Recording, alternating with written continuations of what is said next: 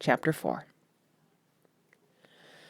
On Sunday morning, while church bells rang in the villages along shore, the world and its mistress returned to Gatsby's house and twinkled hilariously on his lawn. "He's a bootlegger," said the young ladies, moving somewhere between his cocktails and his flowers. "One time he killed a man who had found out that he was nephew to von Hindenburg and second cousin to the devil. Reach me a rose, honey, and pour me a last drop into that there crystal glass." Once I wrote down on the empty spaces of a timetable the names of those who came to Gatsby's house that summer.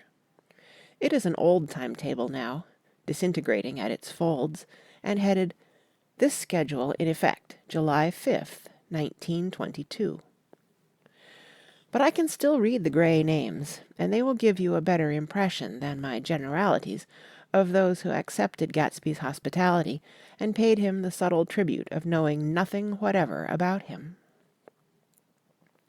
From East Egg, then, came the Chester Beckers and the Leaches, and a man named Bunsen, whom I knew at Yale, and Dr. Webster Sivet, who was drowned last summer up in Maine. And the Hornbeams, and the Willie Voltaires, and a whole clan named Blackbuck, who always gathered in a corner and flipped up their noses like goats at whosoever came near. And the Ismays, and the Christies, or rather Hubert Auerbach and Mr. Christie's wife, and Edgar Beaver, whose hair, they say, turned cotton white one winter afternoon, for no good reason at all. Clarence Endive was from East Egg, as I remember. He came only once, in white knickerbockers, and had a fight with a bum named Etty in the garden. From farther out on the island came the Cheadles, and the O.R.P. Schraders, and the Stonewall Jackson Abrams of Georgia, and the Fishguards, and the Ripley Snells. Snell was there 3 days before he went to the penitentiary, so drunk out on the gravel drive that Mrs. Ulysses Sweat's automobile ran over his right hand. The Danceys came too, and S.B. Whitebait, who was well over 60, and Maurice A. Flink, and the Hammerheads, and Beluga, the tobacco importer, and Beluga's girls.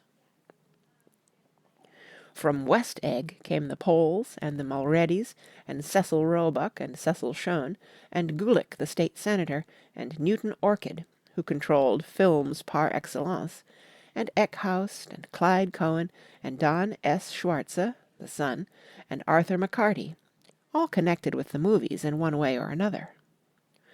And the Catlips, and the Bembergs, and G. Earl Muldoon, brother to that Muldoon who afterward strangled his wife.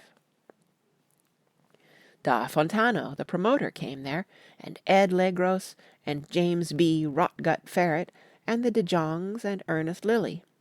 They came to gamble, and when Ferret wandered into the garden it meant he was cleaned out, and Associated Traction would have to fluctuate profitably the next day. A man named Klipspringer was there so often and so long that he became known as the Boarder. I doubt if he had any other home. Of theatrical people there were Gus Weza, and Horace O'Donovan, and Lester Meyer, and George Duckweed, and Francis Bull. Also from New York were the Cromes, and the Backisons, and the Denekers, and Russell Betty, and the Corrigans, and the Kellehares, and the Dewars, and the Scullys, and S.W. Belcher, and the Smirks, and the young Quinns, divorced now, and Henry L. Palmetto, who killed himself by jumping in front of a subway train in Times Square. Benny McClenahan arrived always with 4 girls. They were never quite the same ones in physical person, but they were so identical one with another that it inevitably seemed they had been there before. I have forgotten their names, Jacqueline, I think, or else Consuela, or Gloria, or Judy, or June, and their last names were either the melodious names of flowers and months, or the sterner ones of the great American capitalists, whose cousins, if pressed, they would confess themselves to be. In addition to all these, I can remember that Faustina O'Brien came there at least once, and the Baedeker girls, and young Brewer, who had his nose shot off in the war, and Mr. Albrucksberger, and Miss Haag, his fiancée, and Ardita Fitzpeters, and Mr. P. Jewett, once head of the American Legion, and Miss Claudia Hip, with a man reputed to be her chauffeur, and a prince of something, whom we called Duke, and whose name, if I ever knew it, I have forgotten. All these people came to Gatsby's house in the summer. At 9 o'clock one morning late in July, Gatsby's gorgeous car lurched up the rocky drive to my door and gave out a burst of melody from its three-noted horn. It was the first time he had called on me, though I had gone to 2 of his parties, mounted in his hydroplane, and at his urgent invitation made frequent use of his beach. "Good morning, old sport. You're having lunch with me today, and I thought we'd ride up together." He was balancing himself on the dashboard of his car with that resourcefulness of movement that is so peculiarly American. That comes, I suppose, with the absence of lifting work or rigid sitting in youth, and even more, with the formless grace of our nervous, sporadic games. This quality was continually breaking through his punctilious manner in the shape of restlessness. He was never quite still. There was always a tapping foot somewhere, or the impatient opening and closing of a hand. He saw me looking with admiration at his car. "It's pretty, isn't it, old sport?" He jumped off to give me a better view. "Haven't you ever seen it before?" I'd seen it. Everybody had seen it. It was a rich cream color, bright with nickel, swollen here and there in its monstrous length with triumphant hat boxes and supper boxes and tool boxes, and terraced with a labyrinth of windshields that mirrored a dozen suns. Sitting down behind many layers of glass in a sort of green leather conservatory, we started to town. I had talked with him perhaps half a dozen times in the past month, and found, to my disappointment, that he had little to say. So my first impression, that he was a person of some undefined consequence, had gradually faded, and he had become simply the proprietor of an elaborate roadhouse next door. And then came that disconcerting ride. We hadn't reached West Egg Village before Gatsby began leaving his elegant sentences unfinished and slapping himself indecisively on the knee of his caramel-colored suit. "Look here, old sport," he broke out surprisingly. "What's your opinion of me, anyhow?" A little overwhelmed, I began the generalized evasions which that question deserves. "Well, I'm going to tell you something about my life," he interrupted. "I don't want you to get a wrong idea of me from all these stories you hear." So he was aware of the bizarre accusations that flavored conversation in his halls. "I'll tell you God's truth." His right hand suddenly ordered divine retribution to stand by. "I am the son of some wealthy people in the Middle West, all dead now. I was brought up in America, but educated at Oxford, because all my ancestors have been educated there for many years. It is a family tradition." He looked at me sideways, and I knew why Jordan Baker had believed he was lying. He hurried the phrase, "educated at Oxford," or swallowed it, or choked on it, as though it had bothered him before. And with this doubt, his whole statement fell to pieces, and I wondered if there wasn't something a little sinister about him after all. "What part of the Middle West?" I inquired casually. "San Francisco." "I see." "My family all died, and I came into a good deal of money." His voice was solemn, as if the memory of that sudden extinction of a clan still haunted him. For a moment I suspected that he was pulling my leg, but a glance at him convinced me otherwise. "After that I lived like a young Rajah in all the capitals of Europe, Paris, Venice, Rome, collecting jewels, chiefly rubies, hunting big game, painting a little, things for myself only, and trying to forget something very sad that had happened to me long ago."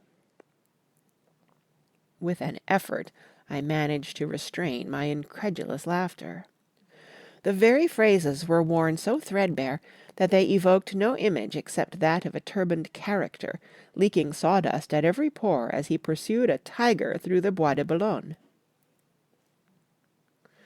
Then came the war, old sport. It was a great relief, and I tried very hard to die, but I seemed to bear an enchanted life. I accepted a commission as first lieutenant when it began.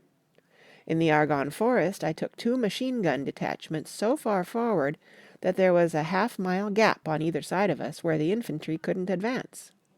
We stayed there 2 days and 2 nights, 130 men with 16 Lewis guns, and when the infantry came up at last they found the insignia of 3 German divisions among the piles of dead. I was promoted to be a major, and every Allied government gave me a decoration, even Montenegro, little Montenegro down on the Adriatic Sea. Little Montenegro. He lifted up the words and nodded at them with his smile. The smile comprehended Montenegro's troubled history and sympathized with the brave struggles of the Montenegrin people. It appreciated fully the chain of national circumstances which had elicited this tribute from Montenegro's warm little heart. My incredulity was submerged in fascination now. It was like skimming hastily through a dozen magazines.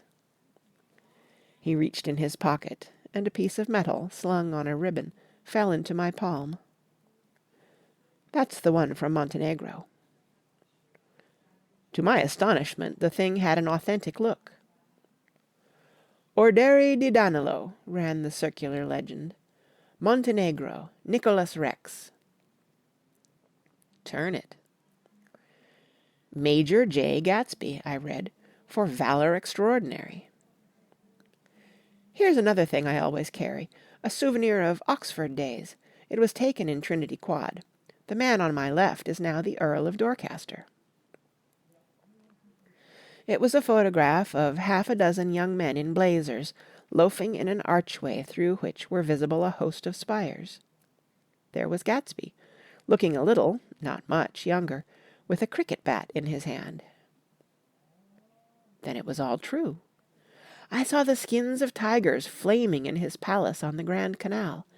I saw him opening a chest of rubies to ease, with their crimson-lighted depths, the gnawings of his broken heart. "I'm going to make a big request of you today," he said, pocketing his souvenirs with satisfaction. "So I thought you ought to know something about me. I didn't want you to think I was just some nobody. You see, I usually find myself among strangers because I drift here and there, trying to forget the sad thing that happened to me." He hesitated. "You'll hear about it this afternoon." "At lunch?" "No, this afternoon. I happened to find out that you're taking Miss Baker to tea." "Do you mean you're in love with Miss Baker?" "No, old sport, I'm not, but Miss Baker has kindly consented to speak to you about this matter." I hadn't the faintest idea what this matter was, but I was more annoyed than interested. I hadn't asked Jordan to tea in order to discuss Mr. J. Gatsby.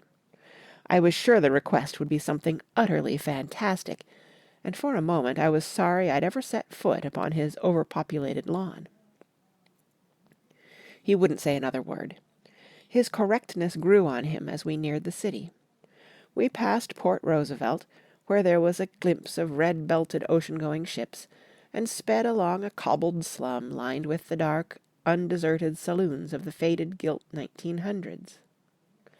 Then the Valley of Ashes opened out on both sides of us, and I had a glimpse of Mrs. Wilson straining at the garage pump with panting vitality as we went by. With fenders spread like wings, we scattered light through half Long Island City. Only half, for as we twisted among the pillars of the elevated, I heard the familiar jug-jug spat of a motorcycle, and a frantic policeman rode alongside. "All right, old sport," called Gatsby. We slowed down. Taking a white card from his wallet, he waved it before the man's eyes. "Right you are," agreed the policeman, tipping his cap. "Know you next time, Mr. Gatsby. Excuse me." "What was that?" I inquired. "The picture of Oxford?" I was able to do the commissioner a favor once, and he sends me a Christmas card every year. Over the great bridge, with the sunlight through the girders making a constant flicker upon the moving cars, with the city rising up across the river in white heaps and sugar lumps, all built with a wish out of non-olfactory money. The city seen from the Queensborough Bridge is always the city seen for the first time, in its first wild promise of all the mystery and the beauty in the world. A dead man passed us in a hearse heaped with blooms, followed by 2 carriages with drawn blinds, and by more cheerful carriages for friends. The friends looked out at us with tragic eyes and short upper lips of southeastern Europe, and I was glad that the sight of Gatsby's splendid car was included in their sombre holiday. As we crossed Blackwell's Island, a limousine passed us, driven by a white chauffeur, in which sat 3 modish negroes, 2 bucks and a girl. I laughed aloud as the yolks of their eyeballs rolled toward us in haughty rivalry. Anything can happen now that we've slid over this bridge, I thought. Anything at all. Even Gatsby could happen, without any particular wonder. Roaring noon. In a well-fanned 42nd Street cellar, I met Gatsby for lunch. Blinking away the brightness of the street outside, my eyes picked him out obscurely in the anteroom, talking to another man. "Mr. Carroway, this is my friend Mr. Wolfsheim." A small, flat-nosed Jew raised his large head and regarded me with 2 fine growths of hair which luxuriated in either nostril.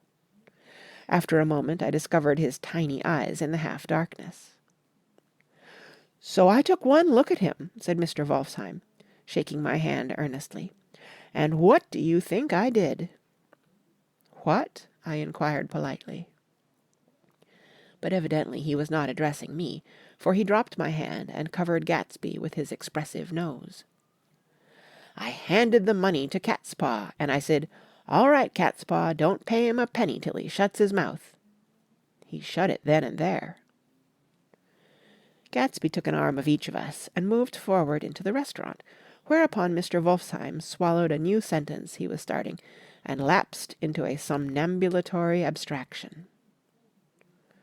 "Highballs?" asked the head waiter. "This is a nice restaurant here," said Mr. Wolfsheim, looking at the Presbyterian nymphs on the ceiling. "But I like across the street better." "Yes, highballs," agreed Gatsby, and then to Mr. Wolfsheim, "It's too hot over there." "Hot and small, yes," said Mr. Wolfsheim, "but full of memories." "What place is that?" I asked. "The old Metropole." "The old Metropole," brooded Mr. Wolfsheim gloomily. "Filled with faces dead and gone, filled with friends gone now forever. I can't forget so long as I live the night they shot Rosie Rosenthal there. It was 6 of us at table, and Rosie had eat and drunk a lot all evening. When it was almost morning, the waiter came up to him with a funny look and says somebody wants to speak to him outside. 'All right,' says Rosie, and begins to get up, and I pulled him down in his chair. 'Let the bastards come in here if they want you, Rosie, but don't you, so help me, move outside this room.' It was 4 o'clock in the morning then, and if we'd raised of the blinds, we'd have seen daylight." "Did he go?" I asked innocently. "Sure he went!" Mr. Wolfsheim's nose flashed at me indignantly. "He turned around in the door and says, 'Don't let that waiter take away my coffee.' Then he went out on the sidewalk and they shot him 3 times in his full belly and drove away." "4 of them were electrocuted," I said, remembering. "5 with Becker." His nostrils turned to me in an interested way. "I understand you're looking for a business connection." The juxtaposition of these 2 remarks was startling. Gatsby answered for me. "Oh, no," he exclaimed. "This isn't the man." "No?" Mr. Wolfsheim seemed disappointed. "This is just a friend. I told you we'd talk about that some other time." "I beg your pardon," said Mr. Wolfsheim. "I had the wrong man." A succulent hash arrived, and Mr. Wolfsheim, forgetting the more sentimental atmosphere of the old metropole, began to eat with ferocious delicacy. His eyes, meanwhile, roved very slowly all around the room. He completed the arc by turning to inspect the people directly behind. I think that, except for my presence, he would have taken one short glance beneath our own table. "Look here, old sport," said Gatsby, leaning toward me. "I'm afraid I made you a little angry this morning in the car." There was the smile again, but this time I held out against it. "I don't like mysteries," I answered, "and I don't understand why you won't come out frankly and tell me what you want. Why has it all got to come through Miss Baker?" "Oh, it's nothing underhand," he assured me. "Miss Baker's a great sportswoman, you know, and she'd never do anything that wasn't all right." Suddenly he looked at his watch, jumped up, and hurried from the room, leaving me with Mr. Wolfsheim at the table. "He has to telephone," said Mr. Wolfsheim, following him with his eyes. "Fine fellow, isn't he? Handsome to look at, and a perfect gentleman." "Yes." "He's an Oxford man." "Oh." "He went to Oxford College in England. You know Oxford College?" "I've heard of it." "It's one of the most famous colleges in the world." "Have you known Gatsby for a long time?" I inquired. "Several years," he answered in a gratified way. "I made the pleasure of his acquaintance just after the war, but I knew I had discovered a man of fine breeding after I talked with him an hour. I said to myself, 'There's the kind of man you'd like to take home and introduce to your mother and sister.'" He paused. "I see you're looking at my cuff buttons." I hadn't been looking at them, but I did now. They were composed of oddly familiar pieces of ivory. "Finest specimens of human molars," he informed me. "Well," I inspected them, "that's a very interesting idea." "Yeah." He flipped his sleeves up under his coat. "Yeah, Gatsby's very careful about women. He would never so much as look at a friend's wife." When the subject of this instinctive trust returned to the table and sat down, Mr. Wolfsheim drank his coffee with a jerk and got to his feet. "I have enjoyed my lunch," he said, "and I'm going to run off from you two young men before I outstay my welcome." "Don't hurry, Meyer," said Gatsby without enthusiasm. Mr. Wolfsheim raised his hand in a sort of benediction. "You're very polite, but I belong to another generation," he announced solemnly. "You sit here and discuss your sports and your young ladies and your—" He supplied an imaginary noun with another wave of his hand. "As for me, I am 50 years old, and I won't impose myself on you any longer." As he shook hands and turned away, his tragic nose was trembling. I wondered if I had said anything to offend him. "He becomes very sentimental sometimes," explained Gatsby. "This is one of his sentimental days. He's quite a character around New York. A denizen of Broadway." "Who is he, anyhow? An actor?" "No." "A dentist?" "Meyer Wolfsheim? No, he's a gambler." Gatsby hesitated, then added coolly, "He's the man who fixed the World Series back in 1919. "Fixed the World Series?" I repeated. The idea staggered me. I remembered, of course, that the World Series had been fixed in 1919, but if I had thought of it at all, I would have thought of it as a thing that merely happened, the end of some inevitable chain. It never occurred to me that one man could start to play with the faith of 50 million people, with the single-mindedness of a burglar blowing a safe. "How did he happen to do that?" I asked after a minute. "He just saw the opportunity." "Why isn't he in jail?" "They can't get him, old sport. He's a smart man." I insisted on paying the check. As the waiter brought my change, I caught sight of Tom Buchanan across the crowded room. "Come along with me for a minute," I said. "I've got to say hello to someone."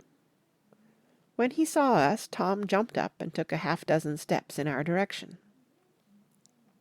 "Where have you been?" he demanded eagerly. "Daisy's furious because you haven't called up." "This is Mr. Gatsby, Mr. Buchanan." They shook hands briefly, and a strained, unfamiliar look of embarrassment came over Gatsby's face. "How have you been, anyhow?" demanded Tom of me. "How'd you happen to come up this far to eat?" "I've been having lunch with Mr. Gatsby." I turned toward Mr. Gatsby, but he was no longer there. "One October day in 1917, said Jordan Baker that afternoon, sitting up very straight on a straight chair in the tea garden at the Plaza Hotel, "I was walking along from one place to another, half on the sidewalks and half on the lawns. I was happier on the lawns because I had on shoes from England with rubber knobs on the soles that bit into the soft ground. I had on a new plaid skirt, also, that blew a little in the wind, and whenever this happened, the red, white, and blue banners in front of all the houses stretched out stiff and said, 'Tut, tut, tut, tut,' in a disapproving way. The largest of the banners and the largest of the lawns belonged to Daisy Fay's house. She was just 18, 2 years older than me, and by far the most popular of all the young girls in Louisville. She dressed in white, and had a little white roadster, and all day long the telephone rang in her house, and excited young officers from Camp Taylor demanded the privilege of monopolizing her that night. Anyways, for an hour. When I came opposite her house that morning, her white roadster was beside the curb, and she was sitting in it with a lieutenant I had never seen before. They were so engrossed in each other that she didn't see me until I was 5 feet away. "Hello, Jordan," she called unexpectedly. "Please come here." I was flattered that she wanted to speak to me, because of all the older girls I admired her most. She asked me if I was going to the Red Cross and make bandages. I was. Well, then, would I tell them that she couldn't come that day? The officer looked at Daisy while she was speaking, in a way that every young girl wants to be looked at sometime, and because it seemed romantic to me, I have remembered the incident ever since.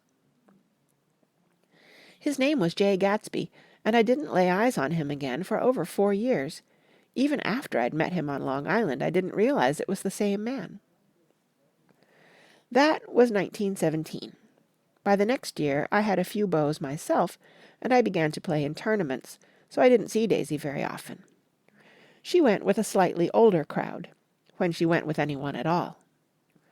Wild rumors were circulating about her, how her mother had found her packing her bag one winter night to go to New York and say goodbye to a soldier who was going overseas.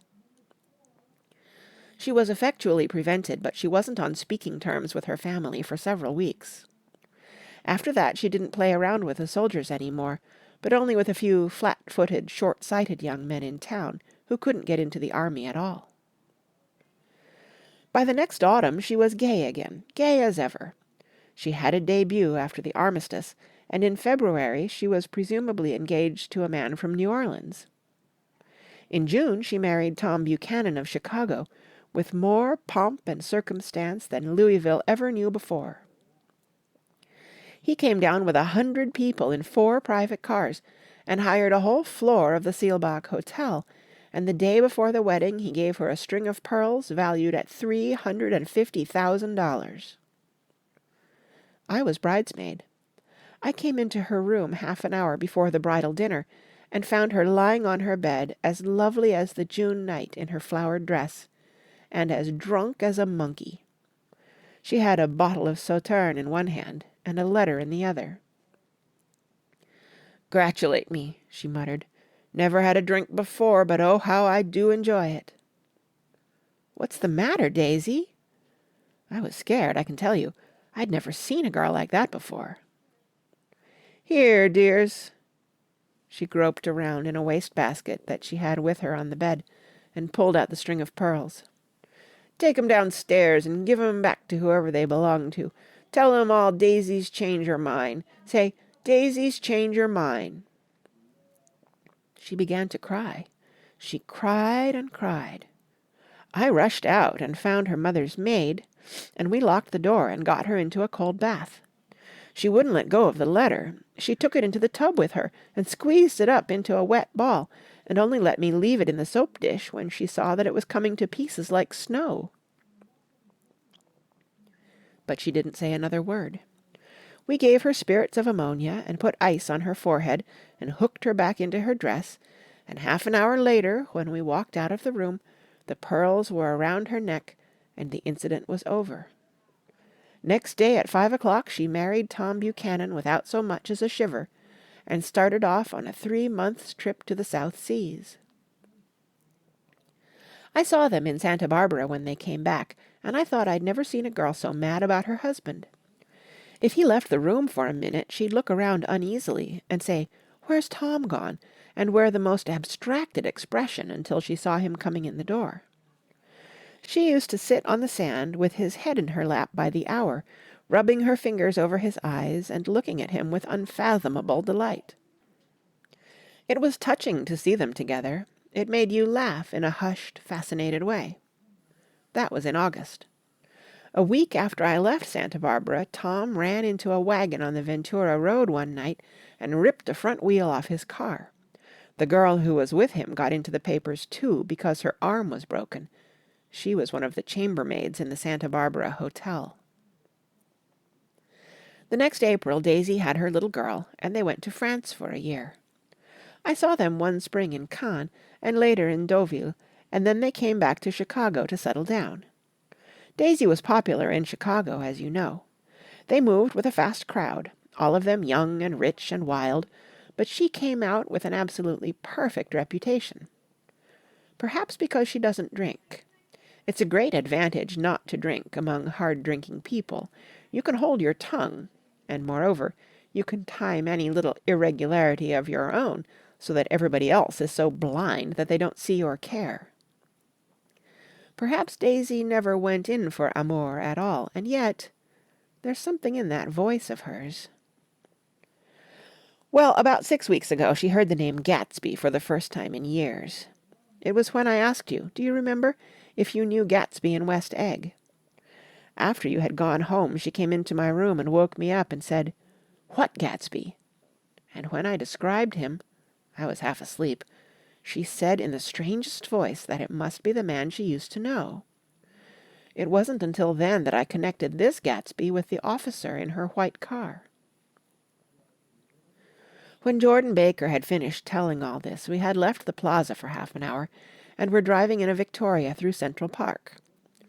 The sun had gone down behind the tall apartments of the movie stars in the West 50s, and the clear voices of girls, already gathered like crickets on the grass, rose through the hot twilight. "I'm the Sheik of Araby, your love belongs to me.